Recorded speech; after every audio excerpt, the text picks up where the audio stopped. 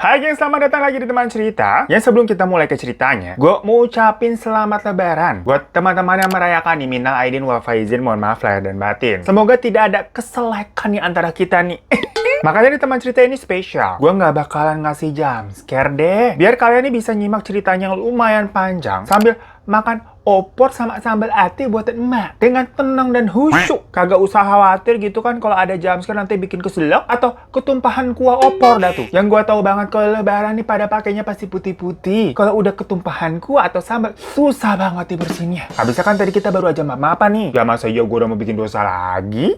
Jadi langsung aja ya. Kita ke ceritanya yang ini tuh bener-bener kayak kok begitu sih ceritanya? Maksudnya nanti pasti kalian pas dengernya agak akan kesal. Tapi ya memang cukup plot twist dan bikin ngelus dada. Dimana ceritanya ini berasal dari teman kita bernama Rika yang tinggalnya dan kuliahnya tuh di Semarang. Tapi disclaimer aja di awal kalau perbuatan Rika dan teman-teman ini itu jangan lu contoh ya geng. Pokoknya sampai di akhir cerita nih kagak boleh ditiru. Tabok nih. Karena dari pertama aja, dari awal mulanya nih dia udah berbohong kepada orang tuanya dengan bilang katanya kalau dari kampus itu ada kegiatan KKN di Banyuwangi. Nah, kalau yang pada tahu, tapi gue yakin semua pada tahu nih, dimana di pertengahan 2019 yang lalu itu kan heboh banget cerita tentang KKN Desa Penari dari sebuah tweet yang ada di Twitter tuh, Simple Man, yang juga dari kapan tahu katanya bakal dipelemin tapi diundur-undur mulu, kayak nunggu lamaran ayang nih, kayak kapan sih ditunda mulu. Nah, kalau kalian ingat waktu itu, saking viralnya kan banyak tuh diskusi-diskusi. Bertebaran juga rumor-rumor dan konspirasi. Kalau katanya, Desa Penari itu adanya di daerah Bondowoso atau Banyuwangi. Karena mungkin teman kita si Rika nih, bener tertarik juga sama ceritanya. Dan terlalu kedalaman kali itu bacanya ya. Dia sampai malah pengen ke Banyuwangi langsung. Tapi maksudnya sini, bukan pengen cuma nyari tahu kayak apa sih Desa Penari itu. Tapi emang banyak tempat wisata yang ada di Banyuwangi sana tuh punya spot-spot Instagramable. Yang cakep juga ya, foto di situ. Nah, demi tujuannya biar bisa jalan-jalan ke daerah Banyuwangi. Rika ya waktu akhir-akhir tahun 2019 itu udah masuk semester 9 ya. Akhirnya berbohong ke orang tuanya. Mengenai tadi tuh katanya ada KKN di daerah Banyuwangi buat mengajar anak-anak di desa terpencil yang nantinya bisa menjadi materi skripsinya. Alasannya begitu. Soalnya misalkan kalau dia izinnya itu bilang mau jalan-jalan pasti kagak dibolehin. Perkara orang tuanya Rika ini lumayan strict banget tipe-tipenya. Cuma lagi-lagi jangan dicontoh ya teman-teman. Nah, singkat cerita, karena alasan KKN tadi, berangkatlah Rika nih sama 3 orang teman lainnya. Yang pertama ada Agel tuh namanya. Mereka berdua sama-sama belum lulus, alias teman senasib seperjuangannya si Rika. Terus ada juga yang namanya Dinar sama Kio. Mereka berdua ini udah lulus, tapi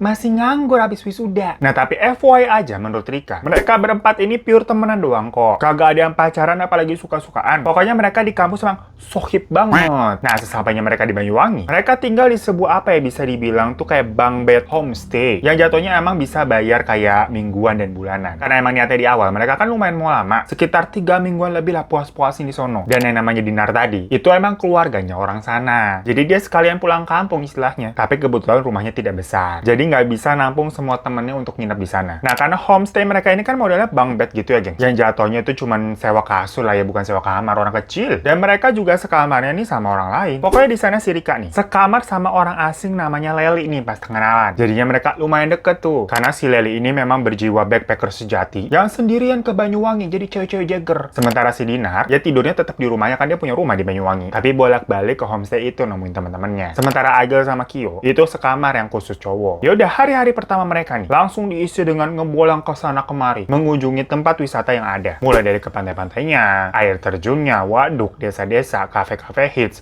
Pokoknya sampai situs-situs bersejarah mereka samperin semua. Pas sudah mau masuk minggu kedua, karena bisa dibilang hampir semua wisata yang tempatnya mainstream itu udah didatengin ya. Nah, teman baru mereka yang namanya Leli tadi, itu ngajakin kayak buat wisata horor yuk. Dan berhubung tadi di awal Rika kan emang pondasinya nih ngikutin banget cerita KKN Desa Penari, kepikiran lah dia, kenapa kita nggak ke situ aja mumpung lagi di sini. Ya udah, berdasarkan dari survei dan obrolan sana sini selama mereka ada 2 minggu di Banyuwangi ya, mereka ini akhirnya dapat semacam info lokasi hutan yang memang diduga merupakan lokasi cerita dari KKN Desa Penari. Tapi sebenarnya dari awal nih orang-orang juga udah pada bilang kalau di sana nggak ada apa-apa deh. Cuma yang namanya mereka nih masih anak muda, jiwa penasarannya tetap meronta-ronta. Tetap aja penasaran pengen kesana lah biar tahu. Nah, sewaktu mereka lagi ngomongin perihal Desa Penari tersebut ya, lagi ngumpul di homestay mereka tuh, tahu-tahu kayak gitu, kecium kayak ada bau singkong bakar, gengs. Padahal di sekitar mereka nggak ada makanan apa-apaan. Ditambah bulu kuduk mereka nih langsung kayak berdiri berbarengan. Gue juga kayak berdiri tuh.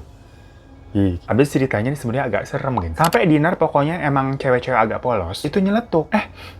kok gue ini kayak nyium bau singkong ya? Tapi gue kok malah merinding ini, bukannya lapar. Nah, karena momennya emang lagi horor, si Kyo malah nakut-nakutin dengan bilang kayak, biasanya kalau ada bau-bauan kayak gini nih, ada yang ikut nimbrung. Tapi semuanya pada ketawa-ketawa aja. Karena kan udah 2 minggu lebih mereka di situ. Maksudnya di homestay-nya ini kagak ada horor-horornya, kok nggak pernah ada kejadian apa-apa. Yaudah, besok paginya nih, mereka siap-siap mau on the way. Dan pamitan tuh ke resepsionis hotel yang namanya Mas Surya. Pokoknya mereka udah kayak CS-an lah. 2 minggu nginepnya kan ketemu mulu. Nah, pas mereka ini bilang mau ke desa, si resepsionis itu, yang mukanya dari kayak slow-slow gitu, mendadak langsung kaku. Dia langsung bilang nih si Mas Surya nih, kalian gak usah aneh-aneh deh, jangan cari penyakit bahaya loh. Tapi Agil sama si Kyo nih kayak nggak gubris. Dengan bilang kayak, halah ini mas, di YouTube juga banyak orang-orang pada kesana, gak ada apa-apaan juga, penasaran doang kita. Udah bosan habis nggak tahu lagi mau kemana. Nah, Mas Surya di situ juga bilang, kalian pokoknya jangan ngomong kasar sama jangan ngambil yang aneh-aneh di sana ya. Tenang mas, kita cuma mau foto-foto kekinian aja gitu kan dijawabnya. Nah, yang gini-gini sebenarnya gue juga agak heran sih. Orang-orang kenapa suka banget ya foto-foto sama tempat-tempat atau hal-hal viral. Yang terkadang maksudnya nih, lokasi fotonya itu bukan tempat buat foto-foto juga. Kayak misalkan ada kecelakaan di mana orang malah foto-foto, ada kebakaran gitu malah foto-foto. Pokoknya kayak yang penting foto-foto baik gitu lah. Tapi kan salah tempat ya. Yaudah, sampai akhirnya ini mereka berlima itu jalan naik 3 motor, gengs. Si Agil nih ngebonceng Rika, Kyo itu ngebonceng Dinar, dan si Leli itu naik sendiri. Dia cewek jagger kan soalnya berpetualangan. Setelah berjam-jam berjalan, masuklah mereka sampai ke kawasan hutannya. Di situ mereka sempat pas-pasan nih sama motor-motor warga yang pada bawa hasil parit gitu. Ada juga beberapa kayak dilihat nih motornya pada bagus-bagus. Terus platnya juga dari luar kota. Yang kayaknya tujuannya sih sama kayak mereka. Ya latah aja ke sana. Perkara cerita viral kakaknya di desa penari itu. Nah, pokoknya pas sampai lokasi, sebenarnya yang bisa dilihat tuh kayak cuman puing-puing bekas reruntuhan doang. Kayak rumah-rumah juga udah pada rusak. Yang mana katanya emang biasanya itu udah ditinggalin sama penduduk yang udah lama. Tapi alasan ditinggalin juga nggak tahu ya kenapa. Sampai jadi kayak desa mati kayak gitu, gengs. Dan bener aja, seperti prediksi mereka di awal, di sana juga ada beberapa rombongan lain yang datang tuh buat wisata. Yang kayaknya sih mereka ini kayak YouTuber lokal. Soalnya pada bawa kamera sama Mami kayak, niat gitu kan ngerekamin kayak bikin vlog. Dari situ Rika sama temannya muter-muter keliling sebentar nih. Sembari kayak nebak-nebak. Ini wilayah waktu adegan mandi yang ada pancurannya itu bukan ya? Atau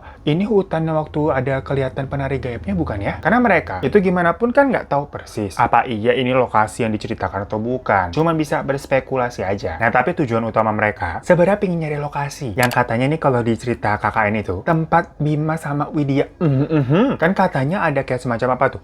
Sanggar yang isinya gamelan. Nah, itu tempatnya di mana sih? Kepo aja mereka. Nah, biar cepet ketemu, mencarlah mereka. Soalnya lagi-lagi di sana nggak sepi ya. Itu situasinya lagi banyak wisata lain juga. Yang tadi tuh pada bikin konten, jadinya nggak ada serem-seremnya kok. Nah, sekitar 30 menit kemudian, mereka ngumpul lagi deh tuh. Habis teleponan kan janjian. Pas mereka baru ketemu nih, parkirin motor sambil nanya, nemu apaan lu tadi? Tahu-tahu tercium aroma singkong lagi, geng. Yes, gitu. Yang membuat bulu kuduk mereka berdiri lagi. Si Rika nih bilang, kok wangi beginian lagi? Aduh, nggak lucu deh. Karena mendadak jadi parno ya. Mereka mutusin untuk balik aja yuk. Di sini juga udah nggak ada apa-apaan. Tapi pas motornya Agil sama si Kyo mau di starter nih, nggak nyala dong, gengs. Padahal sebelumnya kondisi motor mereka baik-baik aja. Jadi yang nyala ini cuma motornya si Leli doang. Di situ si Rika udah bete nih, udah kayak aduh.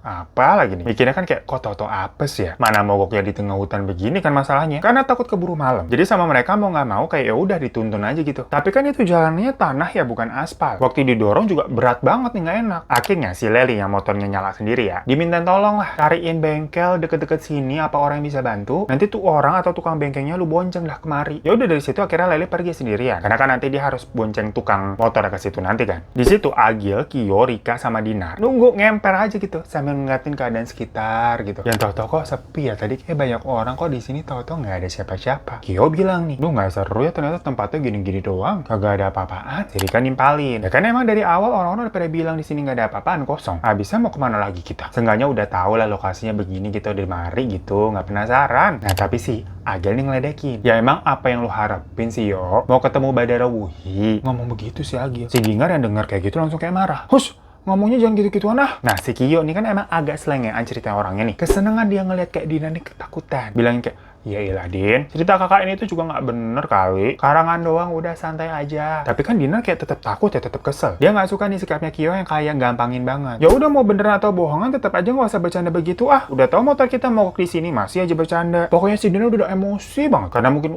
cuacanya panas juga, aus, mereka nggak bawa minum. Nah, ngeliat Dina marah-marah begitu, si Kyo yang emang dasar iseng malah makin kesenangan. Tahu-tahu dia teriak kayak, kita juga mau ngomongnya agak bismillahirrahmanirrahim ya. Agak takut kita nih jiper nyeritainnya. Abisnya si Kyo ini teriak begini nih, Badara Wuhi, main yuk.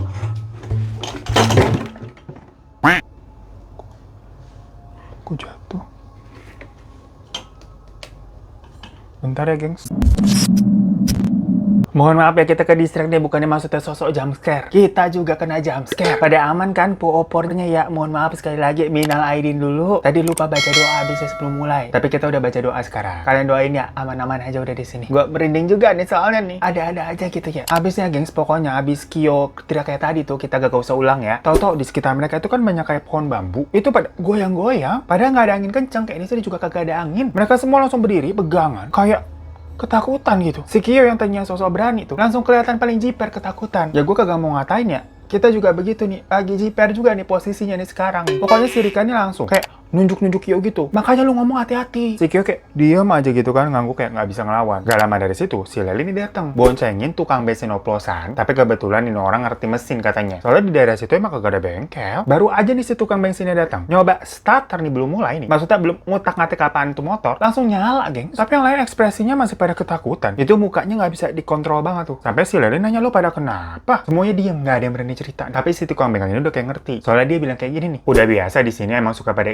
kalau ada yang berdua-berduaan. Kalian makannya boncengannya tukeran gih. Jangan ada yang bukan muhrim. Karena disuruh gitu akhirnya. Agil yang tadi boncengin Rika ganti tuh jadi boncengannya sama Kyo. Terus si Dinar jadi bawa motor boncengin si Rika. Untungnya si Dinar emang bisa bawa motor ya. Sementara Lele ya udah bawa motornya sendiri kan. Mereka langsung buru-buru balik ke homestay. Di perjalanan mereka nggak ngobrol sama sekali. Yang penting cepet nyampe. Mukanya udah pada pucet deh. Tapi memang menurut Agil, waktu dia boncengin Kyo nih rasanya kok kayak berat ya. Jadi gas motornya tuh kayak nggak bisa maksimal gitu. Cuman dikira emang perkara itu badannya si Kyo kan emang lebih besar dari Rika. Ya udah sampai di sana, mereka masuk kamar masing-masing nih. Rika akhirnya cerita kejadiannya ke si Leli. Sementara si Dinar balik ke rumahnya. Tapi dari ceritanya Rika nih, si Leli emang berjiwa jeger kali ya. Itu cuman kayak, kirain lu pada kenapa-napa, lebay banget. Ketimbang bambu goyang aja pada heboh. Kirain gue lu sampai ngeliat apa begitu. Lagi ngobrol-ngobrol berdua begitu ya. Tahu-tahu pintu kamar mereka diketok. Yang pas dibuka ternyata si Agil. Mukanya udah panik banget, udah pucat, keringetan gitu sambil bilang, Kyo kesurupan. Langsung pada lari tuh ke kamar cowok-cowok. Dan di situ si Kyo posisinya lagi duduk aja nih di kasur. Tapi diem dengan mukanya kayak nyengir serem gitu kayak gak ngenakin banget pokoknya. Gak pakai babi bu. Sama si Leli langsung ditepok kenceng banget kayak, woi sadar! Nah abis ditepok begitu, Kyo langsung beneran kayak kaget langsung sadar. Nah di dalam kamarnya itu kan kayak ada 2 kasur tingkat sama ada 1 lemari gitu yang ada kacanya. Nah di kaca itu geng, ada sosok cewek pakai baju hijau. Tapi masalah bajunya baju biasa terusan hijau ya, bukan kayak kemben ataupun kebaya. Tapi ekspresinya kayak marah gitu gengs. Nah yang lihat di situ cuma Leli sama Agil aja. Rika nggak lihat nih. Leli sih kaget tapi dia masih bisa ngontrol dirinya. Sedangkan si Agil pingsan. Jadi abis si Kyo udah sadar nih, si Agil malah pingsan. Dimana pas bangun, dia cerita kalau memang kaget ngeliat penampakan kayak gitu. Langsung kayak, aduh anjir, masa kita beneran diikutin sama hantu sih? Orang kita kesana kan juga nggak ngapa-ngapain ya. Cuma jalan-jalan aja, orang-orang juga banyak kok. Salah apa sih kita? Kayak nggak percaya kali beneran kejadian ada begitu-begituan. Mereka bingung nih harus gimana ya, pulang aja deh yuk ke Semarang. Langsung deh mereka nelfon Dinar. Yang bilang katanya kayaknya kita harus balik ke Semarang nih. Soalnya tadi si Kyo kesurupan. Terus ada penampakan begana begini gitu. Si Leli yang penasaran, nyamperin ke resepsionis ke Mas Surya. Sambil nanyain, ini tempat angker ya mas? Soalnya tadi gua lihat tuh penampakan di kaca tuh di kamar cowok. Gak ada kelah gitu, gak tau dah. Surya dibilang kayak begitu. Kaget juga dengan bilang kayak, jangan aneh-aneh ah, nggak pernah ada kejadian apa-apaan kok di sini. Tapi di situ Leli tetap ngotot dan memang beranggapan. Kaget adalah. Duh kita udah jadi jiper banget nih mentalnya, mohon maaf ya. Tadi sampai mana tuh? Pokoknya si Leli tetap ngotot dan beranggapan kalau kamarnya Agil sama Kyo tuh emang udah angker aja. Jadi bukan perkara mereka habis ke hutan KKN atau gimana-gimana ya. Cuman emang dasar kamar hotelnya tuh angker gitu lah. Lagi berdebat kayak begitu tuh antara si Leli sama si Mas Surya. Dinar datang nih sama bapaknya. Leli terus cerita kayak, ya om nih hotelnya kayaknya angker nih. Soalnya tadi si Kyo tuh kesurupan. Terus saya lihat setan juga tuh di kaca. Bapaknya Dinar langsung ke kamarnya Agil dan Kyo dong. Pas baru ngeliat si Kyo, bapaknya kayak dek gitu sambil ngehalangin anaknya Dinar biar nggak deket, kamu jangan deket-deket. Ditanya nih sama bapaknya, kalian habis dari mana sih? Ternyata Dinar nggak cerita nih sama bapaknya kalau mereka habis ke hutan desa penari itu. Tapi pas anak-anak ini pada cerita kalau mereka ke sana, bapaknya ya oke-oke aja, kayak oh nggak apa-apa juga. Terus bapaknya nanya lagi, kalian nggak macam-macam kan di sana? Oh enggak om, kita cuma keliling-keliling aja foto-foto kok. Banyak juga orang-orang yang ke sana pada kayak buat konten gitu, nggak sepi kok, bukan kita doang, kata si Rika gitu tuh. Ya udah dari situ mereka semua tuh diboyong ke rumahnya Dinar. Rika sama Dinar tuh sekamar, tapi Agil sama Kyo itu gelaran di ruang tengah. Karena kan tadi rumahnya nggak besar, nggak ada kamar lagi buat mereka. Sementara si Leli emang nggak ikut. Karena kan sebetulnya mereka bukan bagian dari geng ini ya. Toh dia juga nggak takut sendirian di hotel, orang dia cewek jeger. Pokoknya di malam itu udah nggak ada kejadian apa-apa lagi nih. Besokannya, mereka baru kembali tuh membahas mengenai masalah yang kemarin malam. Dan akhirnya beranggapan sama kayak si Leli. Mungkin aja emang kamar hotel yang horor. Orang kita di sana kan nggak ngapa-ngapain soal di desa penari ya. Jadi nggak ada hubungannya lah. Tapi karena situasinya masih pada trauma, bapaknya bapaknya Dinar nih mencoba untuk menghibur mereka dengan ngajak jalan-jalan naik mobil ke Alas Purwo, gengs. Yang nggak jauh juga lokasinya dari rumahnya si Dinar soalnya. Tapi ternyata di sana ada kejadian aneh lagi yang dialamin lagi-lagi sama si Kyo. Jadi katanya di Alas Purwo itu ada beberapa destinasi wisata gitu, gengs. Ya ada pura, ada goa, ada tempat camping, sama ada pantainya juga. Ya berhubung kita belum pernah ke sana ya, belum pernah ke Banyuwangi nih. Jadi buat teman-teman di sana atau ada yang tahu boleh komen di bawah ya. Nah, pokoknya pas nemuin tempat foto bagus nih langsung pada jepret-jepret dah tuh. Di situ Kyo inget banget kalau dia naruh topi disangkutin di dahan pohon gitu. Pas baru bentar aja kayak lagi foto-fotonya temennya, balik lagi, lah topinya hilang, kagak ada. Kalau misalkan ketiup angin gitu ya, logikanya jatuhnya ya di sekitaran situ juga nggak sih? Tapi ini udah dicari kemana-mana nggak ada, gengs. Cuman ya udahlah, mereka nggak mau bahas yang aneh-aneh lagi nih. Apalagi di tempat-tempat begini masih kayak, aduh, nggak dulu deh, takut sama kejadian kemarin. Lanjut nih mereka jalan. Ada kayak goa namanya katanya goa istana. Dimana di situ katanya terkenal buat tempat berdoa lah, kayak ada payung-payungnya gitu di dalamnya. Nah tahu-tahu di situ ada topinya si Kyo, guys. Kayak gimana ceritanya deh tuh? Tahu-tahu itu topi bisa di sana, jaraknya jauh banget, nggak make sense. Udah mulai nggak bener nih. Semua langsung pada bilang, balik sekarang aja yuk. Langsung pulanglah mereka, langsung balik badan. Tep gitu. Baru ngelangkah nih balik dari gua tadi. Dari dalam sini, dalam gua ada suara perempuan kayak menggema gitu. Balik sini. Jelas banget, geng. Sampai semuanya lari, termasuk si bapaknya Dinar. Di jalan mereka diem aja nih. Gak ada yang berani ngebahas sampai rumah. Baru deh, pas sudah di rumah, pada bilang tuh itu suara apaan tadi ya? Soalnya mereka yakin gak ada siapa-siapa tadinya tuh di dalam gua. Pokoknya bapaknya si Dinar langsung nyuruh kalian sholat aja deh, berdoa. Nah malamnya si Rika nih mimpi. Dia ngeliat ada ular gede banget itu warna hijau. Kayak meliuk-liuk gitu. Cuma karena Rika ini agak fobia ular, dia ngeliatnya ya itu mimpi yang sangat menyeramkan. Udah ketakutan ngeliat ular segede begitu ya. Tahu-tahu di mimpinya itu si Rika digigit sama itu ular. Yang mana dia langsung kayak kebangun kaget. Tapi pas dia melek, tahu-tahu dia udah dikelilingin sama orang-orang. Si Rika ini sempat heran. Gue kenapa dikelilingin begini? Perasaan tadi gue cuman kayak mimpi buruk doang. Tapi orang-orangnya di sekeliling mukanya udah pada pucat kebingungan. Si Dinar bilang, Rik, tadi kamu tidurnya sambil ngedesis kenceng banget. Udah kita coba bangunin, tapi kamu nggak bangun-bangun. Rika yang ngerasanya gue cuman tidur doang nih, cuman mimpi buruk nih. Gak ngerasa ada yang aneh sama dirinya. Tapi kalau kata bapaknya Dinar, mimpi seperti itu tuh nggak bagus. Langsung disuruh kamu sholat malam aja deh, Rik. Yaudah, akhirnya Rika ngambil wudhu. Nah, ini capek banget sih. Pas baru mau mulai sholat, di kamar nih, berduaan sama si Dinar sebelah-sebelahan. Baru mau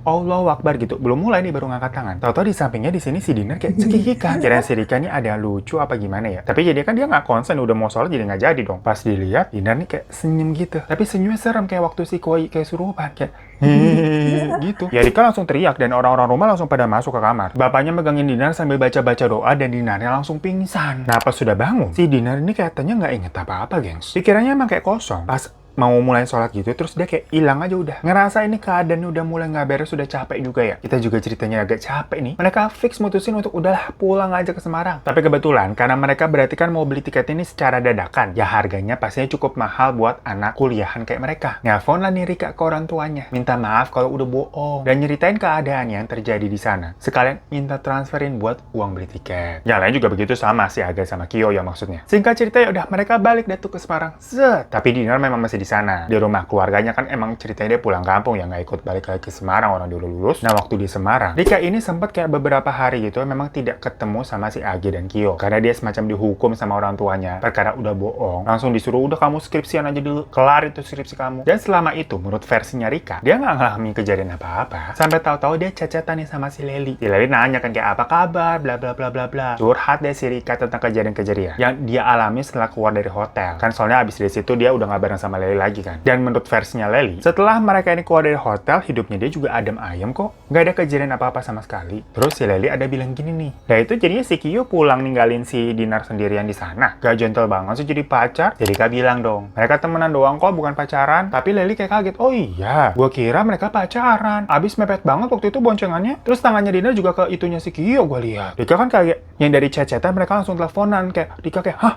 Seriusan loh? Gak mungkin lah kita berempat tuh temenan doang. Salah lihat kali lu ah. Tapi si Leli ini ngotot. Kalau enggak lah, gue nggak salah lihat. Abis teleponan begitu tuh mereka berdua. Rika ditelepon lagi nih sama si Agil. Si Agil bilang gini nih, Rik, kayaknya kita harus balik ke Banyuwangi nih. Lo bisa nggak secepatnya? Besok atau lusa lah. Gue deh minta izin ke bonyok lo lah. Maksudnya bokap nyokapnya. Nah si Rika kan kaget. Hah? Kenapa dadakan banget deh? Ada apaan sih, Gil? Si Agil bilang gini, Dina diusir dari rumah. Ya Rika kaget dong. Hah? Diusir kenapa? Gak mungkin lah orang bapaknya sesayang itu sama si Dinar. Terus kita juga mau ngapain maksudnya ke sana kalau si Dinar diusir? Tapi jawaban Agil ini yang membuat Rika langsung diem. Dinar hamil anak anaknya Kyo. Gue mau nemenin Kyo ke sana. Nah, lo kan sahabatnya Dinar paling dekat. Seenggaknya lo bisa nenangin dia lah. Dengar begitu kan kayak absurd banget, nggak percaya sih Rika. Kayak, hah? Hamil anaknya Kyo sejak kapan? Kok bisa? Rika langsung telepon Leli nih, minta tolong temuin si Dinar. Pokoknya Dinar dijagain dulu lah, soalnya katanya dia diusir. Ya udah bener aja, besok paginya si Agel datang tuh ke rumahnya Rika buat minta izin dengan bilang kalau teman mereka ini si Dinar itu sampai mencoba bundir. Makanya kayak butuh Rika sebentar deh om tante selaku teman dekatnya nih buat nenangin. Nah, berhubung memang orang tuanya Rika sama orang tuanya Agel udah kenal dan si Agel janji jagain Rika, jadi dibolehin. Selama di perjalanan, akhirnya Kyo cerita ngaku kalau diam-diam dia sama Dinar itu memang suka berhubungan, tapi nggak pacaran nih memang maksudnya, melainkan FWB-an aja. Dan udah lumayan lama juga, selama setahun lebih. Rika sama Agel kayak cuma bisa diem aja, speechless. Maksudnya kenapa lo nggak bilang-bilang sih? Kalau bilang ke kita juga kita bodo amat, nggak kenapa-napa, nggak harus sembunyi-sembunyi begitu. Sampai di sana, Dinar udah sama Leli nih di kamar hotel kesayangan mereka semua, jadi balik lagi ke situ. Tapi Dinar diam aja, mukanya nih emang kayak depresi. Kyo sampai sujud-sujud bilang bakalan tanggung jawab, tapi Dinar tetap diam aja, matanya sembab gitu, pandangannya kosong. Yang mana kata Leli sebelumnya pun keadaannya juga begitu waktu si Leli jemput si Dinar. Dinar tuh cuma duduk doang di depan teras, diem sambil megangin tas isi baju-bajunya yang emang kayaknya udah diusir tuh, udah disuruh keluar sama bapaknya. Rika kan pastinya langsung meluk sahabatnya gitu kan sambil nangis-nangis. Nah, pas lagi dipeluk itu kan nangis sesungguhkan juga si Dinar nih di pelukannya si Rika. Tahu-tahu si Dinar tangisannya berubah jadi cekikikan. Yang mana sama Rika kayak,